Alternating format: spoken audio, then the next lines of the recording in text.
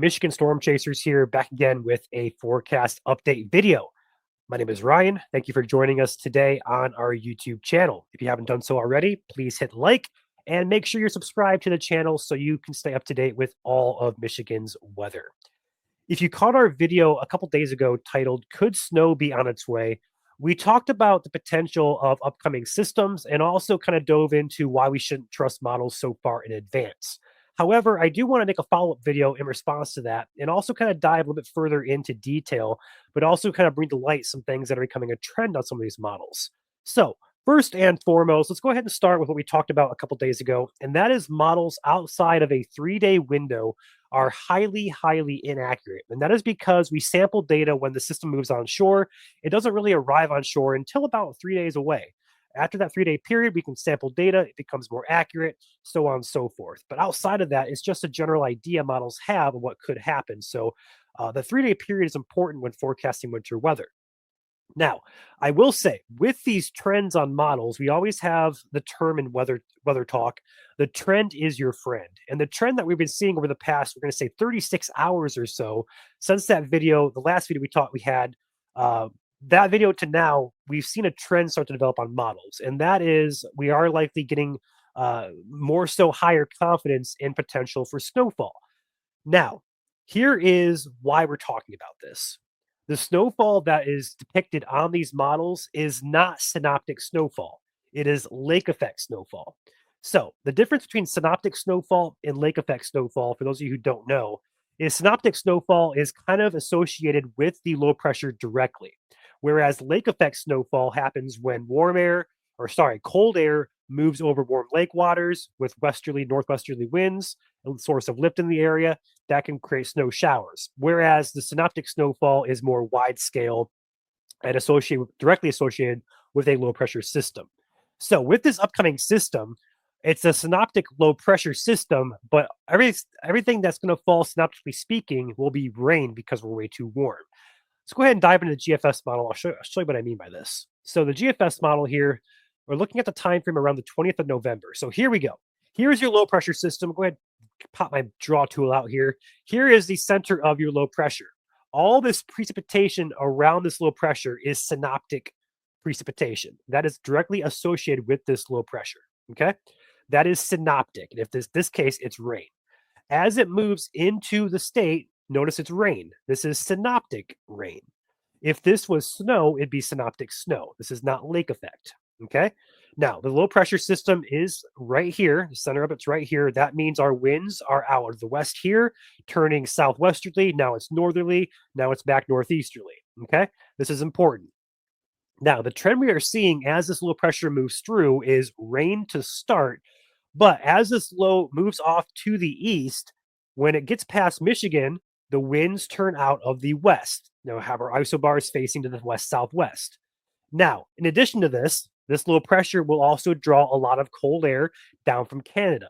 So when we have the combination of our warm lake waters currently on Lake Michigan, Superior, all of our lakes have warm lake waters. Now, when we get that cold air from Canada, that low pressure nearby is a source of lift. The winds turn out of the west northwesterly. It's a prime example of what we look for in terms of lake effect snow. Therefore, because we're seeing that trend on the models, we're becoming a little bit more, not going to say concerned, but we're becoming a little more intrigued for a potential snowfall event based on that lake effect system, looking about how it's going to, play out. Because as I said a couple days ago, the idea that a system where it moves through is pretty high. I mean, most all the models, I would say 80 to 90% of the models have the system moving through and has that shift to the west-northwest winds around that November 22nd timeframe. Now, going back to what we said a couple days ago, it is highly, it should not be done when we post raw model data days in advance, 7, 10 days in advance. And that is because synoptic snowfall and forecasting that is extremely hard and bad. It's so many variables go into it. But because this is not a synoptic snowfall, we can have a little bit more confidence in lake effect snow happening. So this is why we're bringing it to your attention now. So I just want to make a clarification there. We're not going back on what we said a few days ago. We want to differentiate. There's lake effect, there's synoptic snow. It does matter, and forecasting is different for each. So that being said, go ahead and dive in here to a few other things. Number one, the CPC, The same people who forecast our climate, our warm versus cold temperatures, and our high versus low precip, they also put out these types of mats for our hazards. If you notice here, they have the entire UP of Michigan and also the West Michigan in a heavy snow. Yes, you heard it here, heavy snow category between November 21st and November 23rd. And that is due to the lake effect nature of this. If it was a synoptic snow, you'd see this entire area, entire Michigan, entire Midwest covered. But also notice over here in New York and Ohio, Pennsylvania, that's also highlighted for heavy snow as well. And that is all due to lake effect expectations. So the overall takeaway here is that most all models are trending toward a lake effect event. Now, in terms of exact totals, exact timing, and exact impacts, we're not going to get specific, and we shouldn't get specific until about that 3 day period. Lake effect snowfall is not very well handled by our global models, GFS and European. The idea of it is handled well. But when it gets down to the accumulation and the exact areas, that is best left to high res models like the HRRR, the NAM3, RRFS. There's an abundance that we use for severe weather forecast. Those are the same models we use for lake effect because it handles local forecast, so to speak, much better than our global GFS European Icon GEM models. Okay. So overall takeaway here is pump the brakes on the hype train. Yes, absolutely. But we are seeing a potential lake effect snow event take shape November 20th to about the 23rd.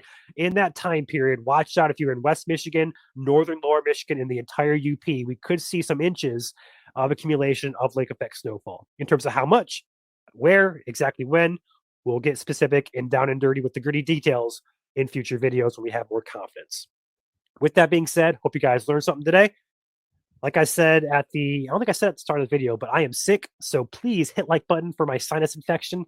If you have no other reason to hit the like button, I would appreciate that. With that being said, shout out to our sponsor, Cats Roofing and Siding. Window, gutter, roofing, siding needs. 517-485-9886. They are based out of Lansing, South Central Michigan areas. So feel free to give them a call. They would appreciate that, as would we. I'll see you guys tomorrow on another update video here at Michigan Storm Chasers on YouTube.